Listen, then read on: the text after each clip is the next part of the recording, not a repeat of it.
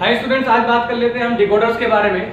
Decoders एक combinational logic circuits होते हैं जो कि नॉर्मली एक कोडेड इंफॉर्मेशन को सिग्नल्स की फॉर्म में कन्वर्ट करने के काम आते हैं। It normally takes the n number of the inputs and produces the outputs in the maximum of the 2 to the power n numbers. Okay, there will be an enable line which activates that particular circuit or activates that particular decoder to function. Okay, so here we can see that there are the input line. There are some input lines. Consider them that they are n number of inputs, means n number of input lines. Then the output will be 2 to the power n, means ये वाला n जो है इसके 2 to the power में होगा, तो उतनी ही output lines आपको यहाँ पर मिलने वाली हैं. What about the enable line? Enable line is just like an function of a line which enables the circuit to function. Like आप एक एग्जाम्पल ले सकते हैं फैन का रेगुलेटर. अगर हमने स्विच ऑन किया है और फैन का रेगुलेटर हमारे पास 0 पर है तो फैन नहीं चलेगा, ठीक है ना, because it is disabling through the regulator. When power is on and regulator is on then only fan works. तो similarly enable lines basically activates that particular circuit. In spite of receiving the valid inputs, it will not produce the output until unless enable lines will not be active. तो here we can see an example. हम यहाँ पर एक example देखने वाले हैं 2 to the power 4 decoder के लिए, 3 to the power 8 3 into 8 decoder के लिए and 4 into 16 डिकोडर के लिए. आगे के जितने भी बड़े वाले जो डिकोडर्स हैं वो इन्हीं के कॉम्बिनेशन से बनाए जाते हैं. तो आइए देख लेते हैं हम 2 into 4 डिकोडर किस तरह से बनाते हैं. हमने यहाँ पर 2 into 4 डिकोडर के लिए एक टेबल बना लिया है. आइए इसको समझते हैं. ट्रूथ टेबल के थ्रू हम इसको किस तरह से करेंगे. हम पहले से पढ़ते आ रहे हैं कि जब भी दो इनपुट की बात होगी तो उनके 4 कॉम्बिनेशन बनेंगे, 0 0 0 1 1 0 या 1 1. आइए इन दोनों के कॉम्बिनेशंस को हम लिख लेते हैं 0 0 0 1 1 0 1 1. जैसा कि मैंने अभी बताया कि ये हमारे पास कोडेड इंफॉर्मेशन को बाइनरी सिग्नल्स में कन्वर्ट करता है, यानी हमारे पास यहाँ पर हर एक बाइनरी इनपुट के लिए डेडिकेटेड सिग्नल लाइन है. ठीक है, हम हर एक पॉसिबल कॉम्बिनेशन के लिए एक इनपुट लाइन आउटपुट लाइन को रिजर्व करके रखते हैं और वो इनपुट बेसिकली उस पर्टिकुलर आउटपुट लाइन में जाता है, उसको एक्टिव करता जाता है. तो आइए देख लेते हैं. यहाँ पर हम 0 0 के लिए हम D0 को ऑब्जर्व करते हैं. यहाँ पर मैं बता देता हूँ आपको, ये हमारे पास आउटपुट्स हैं, ये हमारे पास इनपुट्स हैं. ठीक है, तो 0 0 पर D0 हमारा लाइन 1 होने वाली है. बाकी सारी की सारी लाइन हमारी पास डीएक्टिवेट मोड में रहेंगी. When the input will be 0 1, then only D1 will be active, rest will be zeros. When the input will be 1 0, then D2 will be active, all will be zeros. And finally when the combination will be AB, then D3 will be active, rest will be zeros. So you can see there is a diagonal fashion of ones. Okay, so you can see the decimal equivalent of this one is 0, this one of is 1, this one of is 2, this one of is 3. So on the basis of 0 1 2 and 3 हमने यहाँ पर D0 D1 D2 and D3 को basically active बनाया है. आगे आ जाते हैं, देख लेते हैं इसका हम ब्लॉक डायग्राम किस तरह से बनाएंगे. ब्लॉक डायग्राम में हम यहाँ पर देख सकते हैं कि हमारे पास कितनी इनपुट लाइंस हैं. हमारे पास 2 इनपुट लाइन है और हमारे पास 4 आउटपुट है. तो हम यहाँ पर लिख सकते हैं कि there are 2 input lines which is AB and there are 4 output lines D0 D1 D2 and finally D3. There is an enable line which is active, normally considered as capital E. तो इसको लिखा जा सकता है 2 into 4 decoder. ठीक है students, 2 inputs को represent करता है एंड 4 हमारे पास यहाँ आउटपुट्स को रिप्रेजेंट करता है. इनेबल लाइन हमारे पास 1 है. हम ये मान करके चलते हैं कि ये एक्टिव है, तभी हम इसका फंक्शन आपको समझा रहे हैं. आइए देख लेते हैं डिटेल में कि इसका सर्किट डिजाइन किस तरह से बनेगा. सर्किट डिजाइन को समझने से पहले हमें इसके एक्सप्रेशन समझने होंगे कि किस तरह की एक्सप्रेशन यहाँ पर हमारे पास आने वाली है. हम अगर इस टेबल के हिसाब से देखें तो हमारे पास जो D0 जो आउटपुट है वो कब आ रहा था, जब हमारे पास A और B दोनों लाइन हमारे पास नेगेटिव थे. जी हाँ, जब हमारे पास दोनों लाइन नेगेटिव थे उस केस में हमारे पास D0 की लाइन एक्टिव थी, बाकी सब जगह हमारे पास D0 जो है नेगेटिव थी. आ जाते हैं D1 के लिए. D1 was active when A was negative, B was positive only.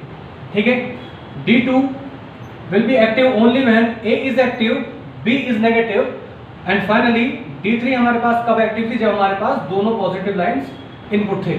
आप यहाँ पर टेबल से भी अपने जो आपने टेबल ड्रॉ की है उसी से भी मैच कर सकते हैं कि हमारे पास जो है एक्सप्रेशन कुछ इस तरह से निकल के आने वाली है. आइए देख लेते हैं इसके बेसिस पे हम सर्किट किस तरह से डिजाइन करेंगे. आप यहाँ से देख सकते हैं हमने यहाँ पर चारों की चारों एक्सप्रेशंस को लिख लिया. उसके बाद हम यहाँ पर सर्किट डिजाइन करने वाले हैं. आ जाते हैं, सबसे पहले हम A और B की वैल्यूज को ऑब्जर्व करते हैं. हमें यहाँ पर फंक्शन में a की नेगेटिव वैल्यू भी चाहिए, पॉजिटिव वैल्यू भी चाहिए, वहीं हमारे पास b की नेगेटिव भी चाहिए और हमारे पास पॉजिटिव भी चाहिए, मतलब हमारे पास दोनों तरह की लाइन चाहिए। तो पहले हम उसको ड्रॉ कर लेते हैं, बाकी बात करते हैं बाद में। पहले हमने यहाँ पर a की एक पॉजिटिव लाइन ले ली है, दैट इज ऑफ a, और हमने इसमें नेगेटिव लाइन को अटैच कर दिया है थ्रू द नॉट गेट, ये हमारे पास a बार आने लगा। ठीक है, आई होप ये सब आपको क्लियर है। b से आ जाते हैं, b, ये हमने लाइन b ले ली, उसके बाद हम यहाँ पर ऊपर गए, ये हमारे पास b बार मिलने लगा। आ जाते हैं हम इसके सर्किट डिजाइन पे। आपको पता है कि हमारे पास डॉट ऑपरेशन है इन दोनों के बीच में, तो यहाँ पर हम डॉट ऑपरेशन के लिए एंड गेट का यूज करने वाले हैं। आ जाते हैं इसके लिए D0 equals to a bar b bar, यानी इसकी नेगेटिव लाइन और इसकी नेगेटिव लाइन दोनों उठाई जाएंगी और वो एक पर्टिकुलर गेट में डाली जाएंगी, this one and this one. This that may be considered as D0 which is equals to a bar b bar. I think it is very simple. D1 के लिए आ जाते हैं a बार b, तो a बार क्या हमने यहीं से line ले लिया है, ये that is of a bar, and b की पॉजिटिव लाइन हमको चाहिए यहाँ से, हमने यहाँ से पॉजिटिव लाइन ले ली है b की, which is equals to D1 equals to a bar b। ठीक है स्टूडेंट्स, आगे आ जाते हैं।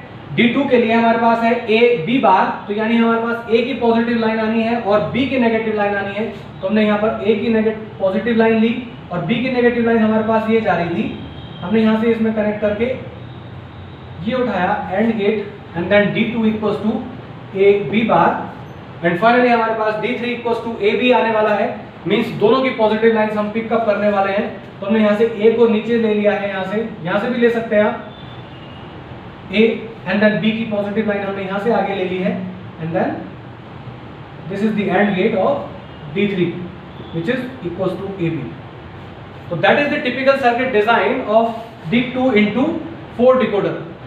ठीक है, आप ये देख सकते हैं कि हमने जो ब्लॉक स्ट्रक्चर बनाया था इसका, वो ब्लॉक स्ट्रक्चर में आप देख सकते थे हमारे पास दो इनपुट थे, दैट इज AB, एंड हमारे पास चार आउटपुट लाइंस थी which is denoting D0, D1, D2 and D3। तो हम ये कह सकते हैं कि अगर हम इतने हिस्से को एक पर्टिकुलर आईसी के अंदर बंद कर दें तो हमें कुछ ऐसा ही सब कुछ मिलने वाला। आप ये कंसीडर करके चलिए जितना भी ये सर्किट डिजाइन है ये इस आईसी के अंदर है, तो आपको सिर्फ दो इनपुट लाइन जाती हुई दिख रही है, these are AB, and 4 output lines D0, D1, D2 and D3 आपको आउटपुट आती हुई दिख रही है, तो ये आपको यहाँ से दिख रहा है। बाकी सारा का पूरा सर्किट डिजाइन जो है वो इस आईसी के अंदर कह सकते हैं, क्योंकि बेसिकली जितने भी डिकोडर्स हैं, इनकोडर्स हैं, आगे हम पढ़ने वाले multiplexer, flip flops, demultiplexers, diodes, anodes, registers, ये सब जो है बेसिकली आईसी की फॉर्म में आते हैं। तो आपको इनपुट्स होते हैं एंड देन आउटपुट्स पे आप आउटपुट लेते हैं। जो भी इंटरनल सर्किटरी होती है वो इस तरह से काम करती है। तो हम यहाँ पर कह सकते हैं दैट इज 2 into 4 डिकोडर। तो जब भी आपसे किसी डिकोडर के बारे में बात किया जाए तो आप यहाँ पर चार चीजें बताने वाले हैं। उसका block diagram like this one, that may be called as block diagram, उसकी ट्रुथ टेबल जिसके बेसिस पे हमने वो ट्रुथ टेबल बनाया था डायगोनल फैशन वाला, उसके बाद लॉजिकल एक्सप्रेशन, और क्योंकि लॉजिकल एक्सप्रेशन के बेसिस पर ही हम यहाँ पर सर्किट डिजाइन करना शुरू करते हैं, तो उसके बाद यहाँ पर हम सर्किट पे आ जाते हैं। तो that was all about the 2 into 4 decoders. बाकी 3 into 8 decoders and 4 into 16 decoder के बारे में आगे बात करते हैं। आइए स्टूडेंट्स, अब हम यहाँ पर एक 3 into 8 डिकोडर का एग्जांपल देख लेते हैं। As name indicates 3 into 8 means 3 input होंगे आपके पास और 8 आउटपुट होंगे, क्योंकि उसका बेसिकली कॉम्बिनेशन जो है 3 वेरिएबल का 2 to the power 3 equals to 8 तक जाना ही जाना है। ठीक है, तो जो हमारे पास 8 आउटपुट होंगे उसको हम कंसीडर कर लेते हैं D0 से लेकर के D7 तक, and normally as alphabetically we are just taking the inputs in the form of A, B and C। तो इनका जो बेस्ट पॉसिबल कॉम्बिनेशन आने वाला है 0 0 0 0 0 1 0 1 0 0 1 1 1 0 0 1 0 1 1 1 0 and 1 1 1, which is decimal equivalent of 0, decimal equivalent of 1 2 3 4 5 6 and 7। तो on the basis of these alphabets number we are just making the lines high। आप देख सकते हैं जीरो वाले इनपुट पर, यानी जब हमारे पास तीनों जीरो है तो हमने D0 वाली लाइन को एक्टिव किया है, बाकी सारी की सारी लाइन हमारे पास इनएक्टिव मोड में है। सिमिलरली जब हमारे पास 1 वाला इनपुट एक्टिव है तो केवल D1 वाली लाइन एक्टिव है, बाकी सारी की सारी लाइन हमारे पास जीरो है।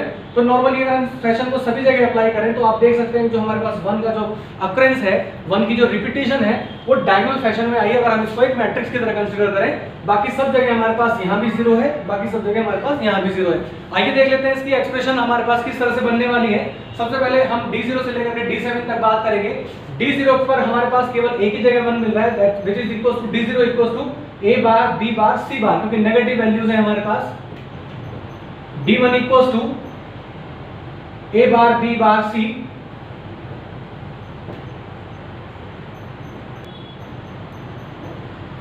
तो देखिए हमने यहाँ पर सारी की सारी एक्सप्रेशंस को डिजाइन कर लिया है on the basis of these once. Randomly हम किसी को भी चेक कर सकते हैं। सपोज हम D5 के लिए आ जाते हैं, यहाँ पर कहाँ पर हमको 1 मिला है, सिंगल जगह 1 मिल रहा है इसमें, तो आप देख सकते हैं A की वैल्यू पॉजिटिव है, A B bar and C। अब यहाँ पर देख सकते हैं हमने ये बनाया। आगे देख लेते हैं हम इसका सर्किट किस तरह से डिजाइन करेंगे on the basis of these expressions. यहाँ पर हम इसका सर्किट समझ लेते हैं, उसके बेसिस पर आ जाते हैं हमें किस किस वैल्यू की जरूरत रहेगी। आप देख सकते हैं यहाँ पर हमारे पास A की नेगेटिव वैल्यू भी चाहिए, A की पॉजिटिव वैल्यू भी चाहिए, B की नेगेटिव भी चाहिए, B की पॉजिटिव भी चाहिए, और C की नेगेटिव और C की पॉजिटिव, मतलब तीनों लाइन हमें 6 अलग अलग तरह से चाहिए। तो आइए हम यहाँ पर बना लेते हैं। एक एग्जांपल देखते हैं पहले हम A के लिए, A बार B B बार, हमने यहाँ पर सर्किट डिजाइन कर लिया है पूरा। अब आप देख सकते हैं हमारे पास कुल मिलाकर के D0 से लेकर के D7 तक हमारे पास 8 आउटपुट आ रहे हैं on the basis of 3 inputs whether they were A B and C। ये सारा का सारा हमने डिजाइन कर लिया। आप रैंडमली किसी के भी साथ चेक कर सकते हैं। सपोज हम D3 के लिए चेक करने जा रहे हैं, A bar B C means B और C का पॉजिटिव लाइन एंड A की नेगेटिव लाइन। तो आ जाते हैं D3 के लिए हम इनपुट को चेक करना शुरू करते हैं। आप देख सकते हैं यहाँ से A बार जो A की नेगेटिव लाइन है वो आई है, B की पॉजिटिव लाइन ऊपर से हमने उठाई है एंड देन C की भी हमने पॉजिटिव लाइन उठाई है, और उसके बाद हमने यहाँ पर एंड गेट में लगाया। बाकी सब में हमने यही लगाया। तो आप देख सकते हैं this is how 3x8 decoder works. आगे हम पढ़ने वाले हैं 4x16 डिकोडर में हम किस तरह से डिजाइन करेंगे। Thank you so much.